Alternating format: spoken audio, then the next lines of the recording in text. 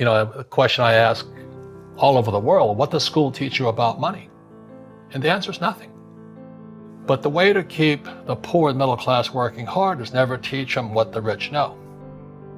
It's what the rich teach their kids about money, the poor and middle class do not.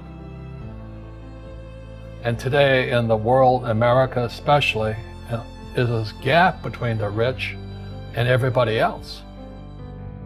And I know the game of the rich. My rich dad taught me, you know it because you're the banker. You know the banker, they're not working for money. They have money working for them. Yeah. Right. Very big difference in mentality. I see you giving this knowledge out, and Yeah. do the rich people cringe and say, don't tell them that, Rob? Yes. Don't tell people what you know. Keep them poor. Well, I wasn't poor by most people's standards, but I came from a family with a poor attitude, if you know what I mean.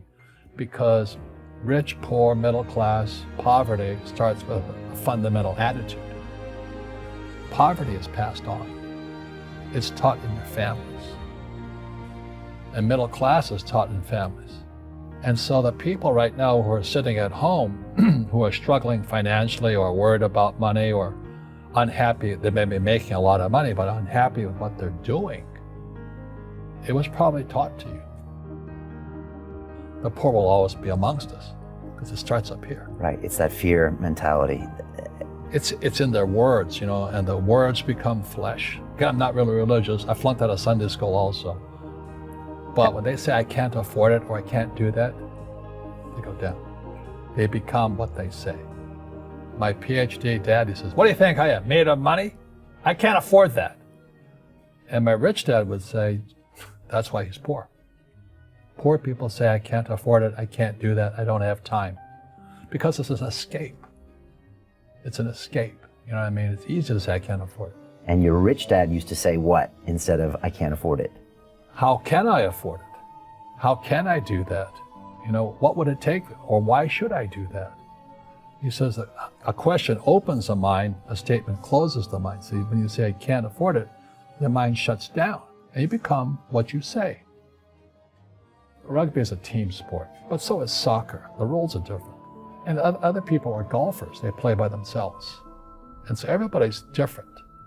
So my game financially is business, number one. Second is real estate. So what I say to young people is, you find your game. I've had financial crashes. I've had people stab me in the back, but they're all good because I grow from it. And that's spirituality. People who are afraid of making mistakes, they don't ever grow. Because spirituality is there's good and there's bad. There's right and there's wrong. There's up and there's down. Most people only want to be right. They only want to be positive. Well, you can't have that. That's not reality. Right, my poor dad said, go talk to your best friend's father, Mike's father. I said, why is that? He says, because Mike's father's an entrepreneur. And 9 years old, so what's an entrepreneur? And he said, well, I'm an employee. They're two different people, right. Mindset-wise. Right. Well, it came from a lesson before Rich Dad. I was in Sunday school. My Sunday school teacher was a young, pretty woman, and she said, I'm like 9. And she goes, why were the 3 wise men wise? I go, because they were rich. They gave the swaddling Jesus gold, frankincense, and myrrh. So they had to be rich guys, I said. And she goes, no, that's not it. I said, well, they had gold, frankincense, and myrrh. Well, that's not it. I said, why were they wise? I went, I don't know. She says, what made them wise was they always sought the best teacher. And she says, if you're going to be successful in your life, you've got to find the best teachers. And so with that, when my poor dad said, go seek out your rich dad, I was just following her advice. So I've had a habit ever since then, or a policy, if I find out there's a great teacher, and a great teacher is somebody who comes from the inside, not the outside. When I was in flight school, I swear to God, my instructors could fly because I flew with them. But in school, you don't know if your instructor is for real or not. I said, I want you to teach me about money. So why should I teach you? You go to school, my poor dad's not going to teach you. He says, I said, oh, finally he acquiesced. He said, okay. He says, but if I teach you, you work for me for free. So how do I learn about money? So he would just break out a Monopoly game board. So I would work for free. I'd pick up cigarette butts and get hotels and restaurants, and I would clean and do menial tasks. And as I got older, I started getting into office work and marketing and accounting, and I was an apprentice basically, but I always worked for free. And he would teach me about money. But the way he taught me about money was playing Monopoly. And finally one day I got upset. I said, well, when are you going to teach me about money? He says, what do you think we're doing? We're playing Monopoly. He goes, no. What do you think we're doing? We're playing Monopoly. He says, what do you think we're doing? I said, I don't know. I'm teaching you about money.